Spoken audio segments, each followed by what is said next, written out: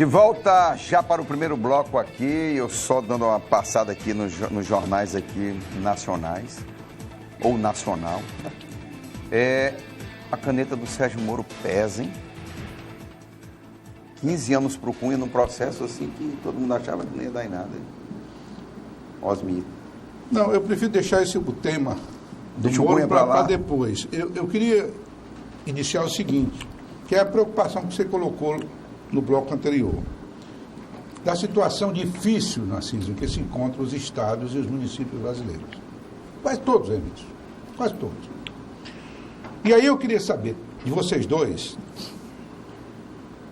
como é que o governador Tião Viana vai entregar esse estado, de uma vez que hoje, só na Previdência, o estado já está bancando em torno de 7%, não é isso, Narciso? 7% da Previdência. Nós vamos ter, agora, em 2017 e 2018, um número avassalador de novas aposentadorias. Notadamente, quase todo aquele pessoal da época do governo Nabor Júnior. Não é? E como é que, então, ficaria, do ponto de vista de vocês, a situação do Estado para o próximo governo? Bem, Osmir, é uma pergunta que a gente não tem previsão de como vai entregar daqui a um ano. E a gente não pretende entregar. A gente pretende continuar com o projeto da Frente Popular que tem dado certo para o nosso Estado. É um projeto que alguns dizem que é muito longevo. 20 anos para a história não é nada.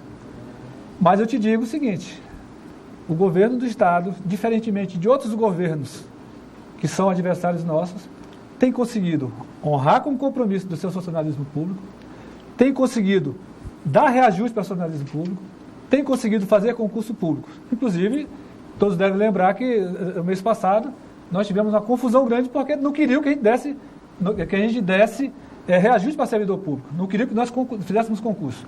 Amanhã, hoje, que é sexta-feira, hoje vai cair na folha dos funcionários públicos, da educação, da saúde e os aposentados da PM, o salário com reajuste. Nós aqui fazemos o dever de casa. Agora, a Previdência é algo que mexe com o Brasil inteiro. É algo que preocupa o país inteiro. Nós temos que desembolsar somente aqui no Acre, mensalmente, em torno de 30 milhões. Nós temos conseguido honrar. Conseguimos aprovar na Assembleia Legislativa o aumento da alíquota para 14%, mas isso não é suficiente. Algum mecanismo tem que ser encontrado. Um dos mecanismos que nós temos feito é contratar novos servidores, pessoas que vão também honrar o compromisso com a Previdência e cobrir aquele rombo. Agora, bom que se diga, você falou bem claro, nós estamos pagando a aposentadoria de pessoas que nunca contribuíram. Pessoas, inclusive, que entraram, chegaram a contribuir, mas lá atrás, houve governo que não teve a responsabilidade, que foi lá e tirou o dinheiro do Fundo Previdenciário. Nós corrigimos o dinheiro do Fundo Previdenciário. Hoje, o dinheiro que foi tirado lá atrás daria 1 bilhão e 100 milhões de reais. Daria para pagar pelo menos 3 anos de Deixa eu entrar nesse debate aí, que eu não sei se a pergunta feita por Osmir foi bem entendida ou se a resposta foi devidamente bem respondida. O problema da Previdência Social é que nós estamos diante de um modelo absolutamente insustentável. O modelo é que é absolutamente insustentável. Eu ontem li profundamente um estudo do IPEA, onde, aí sim, eu vou repor aqui a verdade com a sua verdadeira face. Apenas 4 estados do Brasil ainda mantêm suas previdências superavitárias. Coincidentemente, os 4 estados mais novos. Rondônia, Amapá,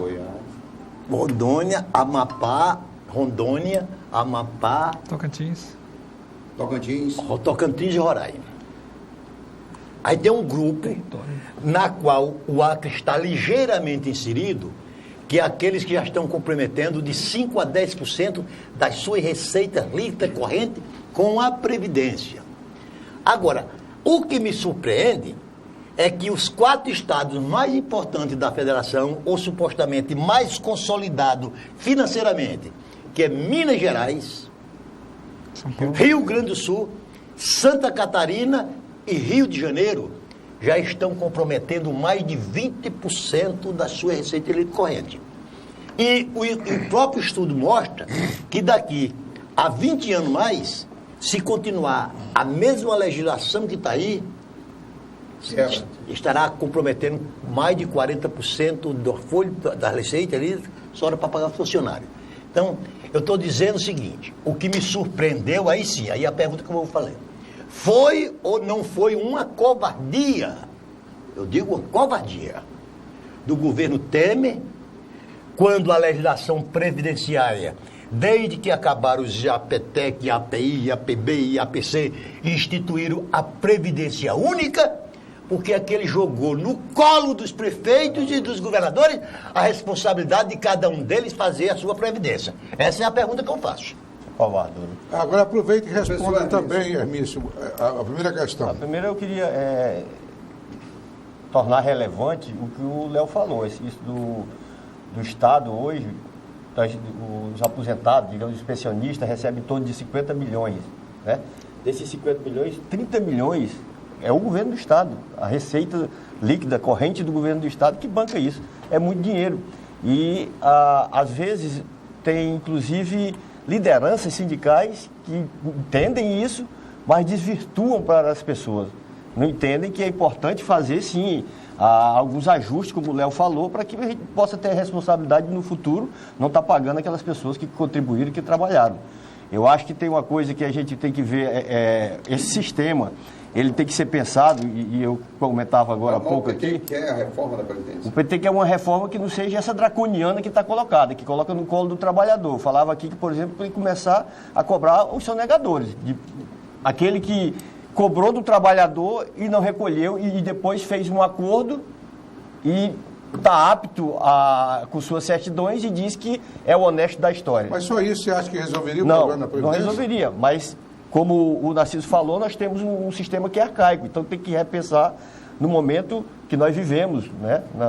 No paradigma atual da civilização mundial, como é que poderia fazer para que veja a expectativa de vida verdadeira do brasileiro e não uma inventada num gabinete que em 3 meses se faz uma reforma que vai impactar a vida das pessoas, de milhões de pessoas.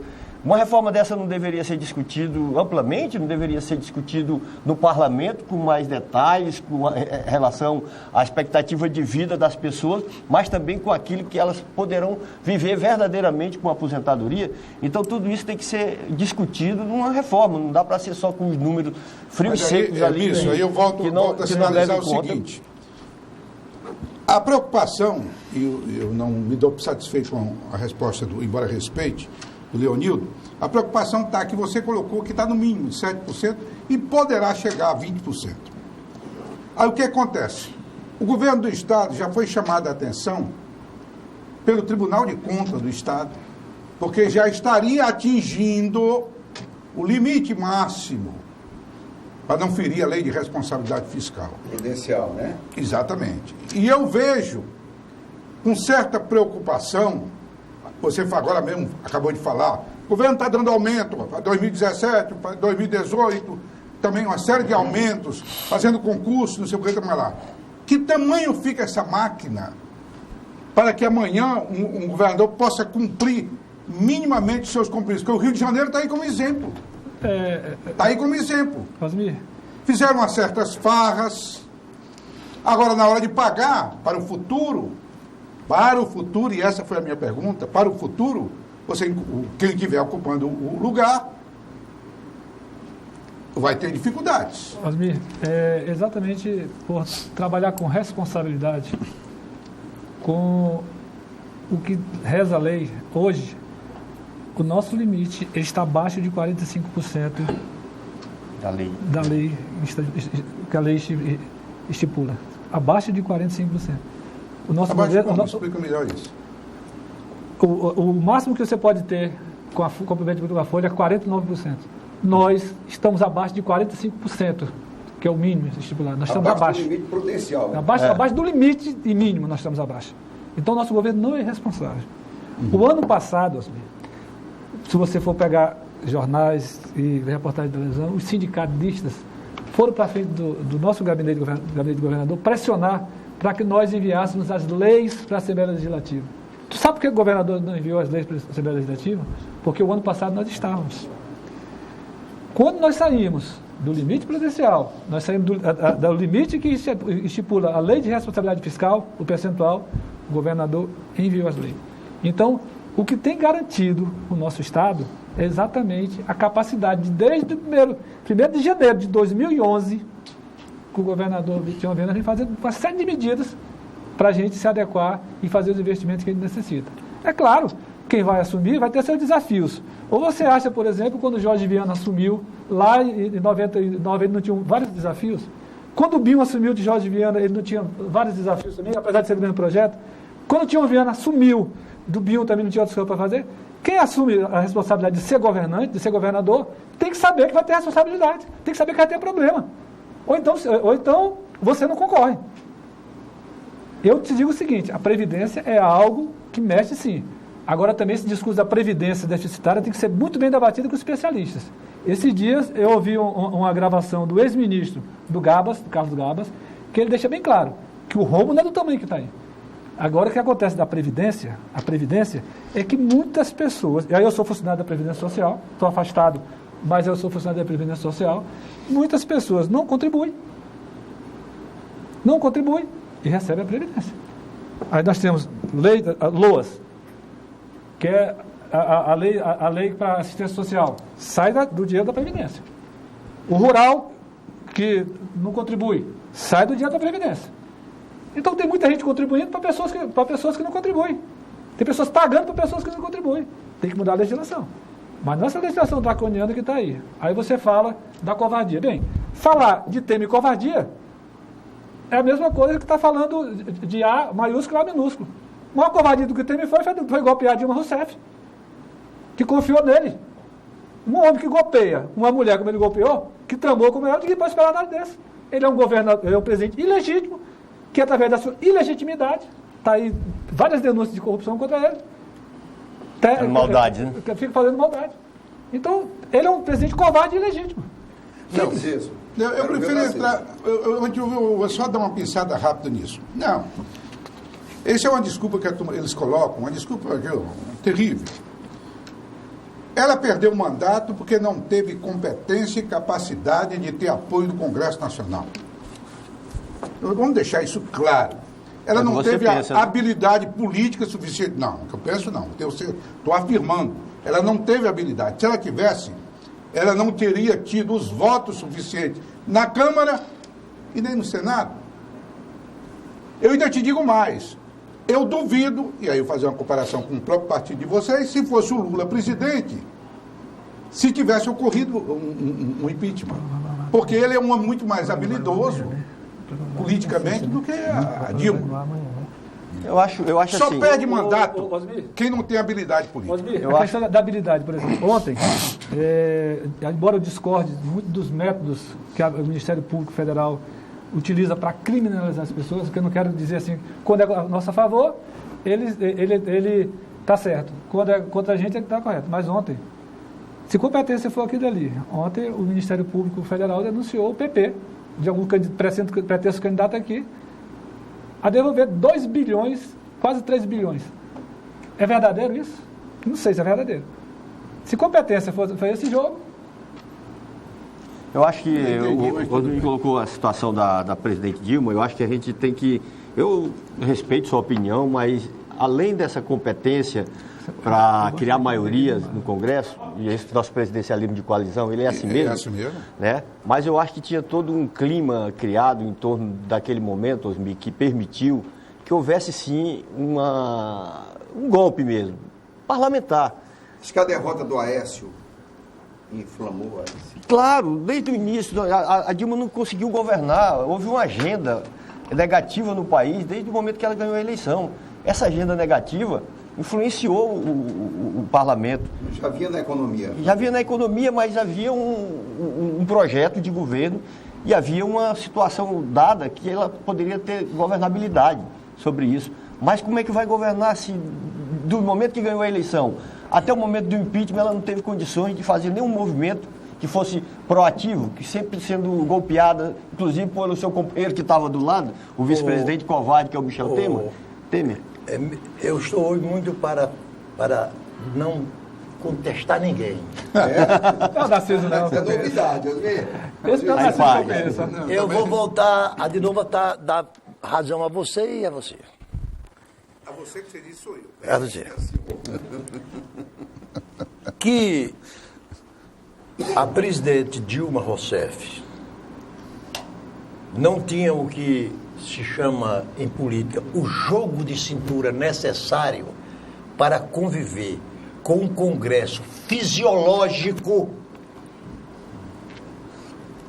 E ela, que eu duvido que neste país tenha tido um empresário ou um político que tenha levado uma proposta indecorosa para Dilma Rousseff. Eu duvido. Que o estilo dela, por si só, não permitia que acontecesse. Só que o Congresso queria um presidente fisiológico. Agora mesmo, eu estou vendo aqui agora, que o presidente Temer está tendo que recriar o Ministério dos Portos para atender o Renan Calheiro, porque senão a bancada do Senado, por ele conduzida, não vai aprovar reformas propostas pelo governo. Mas aí, Narciso, você há de concordar que, infelizmente, e vamos ouvi-los, que, infelizmente, o modelo eleitoral e partidário e essa política de coalizão, com 30 e poucos partidos, tendo 29 dentro do Congresso Nacional, é terrível para governar, é terrível para governador, é terrível para prefeito e é terrível para o presidente da República ter esse amontoado de partidos dentro de um modelo que é corrupto e corruptor. O modelo é. Aí o que é que acontece? Se ela não atende, ela não governa. Não governa, Hermício. Se não atender, não governa. Mas aí deixa eu... E se atende, tem esses problemas que você está acabando de colocar. Tá vendo? Aí, mas deixa eu concluir meu raciocínio, Neudo. Conclua para chamar o intervalo. Olha aqui. O que me pareceu, eu não chamo de golpe. Eu não chamo de golpe o impeachment. Eu criei uma nomenclatura pessoal minha e vou continuar usando. Eu chamei de quartelada parlamentar. Golpe era se não tivesse nenhuma previsão constitucional. E tinha. O impeachment é constitucional. Agora, a quartelada não está prevista na Constituição e ela se materializou. E por que esta quartelada? Porque é inadmissível, seria inadmissível. Quando eu cheguei no Congresso, eu fui colega de Lula, Osmir também, na Constituinte, nós éramos deputados.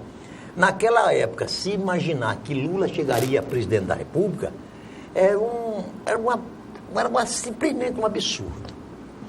Quando veio o filósofo Fernando Henrique Cardoso, um homem preparado, competente, aí tira um governo. É sucedido pelo Lula, que atravessa um mensalão pelo meio do mandato. Sai daquele mensalão mais forte do que antes. Traz a Dilma Rousseff, politicamente, aí sim ninguém pode contestar, que nós podíamos chamar de pós-eleitoral. Alguém que nunca tinha sido candidato nem a vereador de um município, se elege presidente da República. Vem o Petrolão, elege e exposta. Aí a turma disseram, se deixar esse Lula solto, em 2018 não tem eleição. Tem nomeação. Essa é a conclusão que eu faço, do ponto de vista político. Essa é a conclusão. Está feita a conclusão. Eu vou chamar o intervalo. Chama o intervalo, a gente volta para o segundo bloco daqui a pouquinho, já já.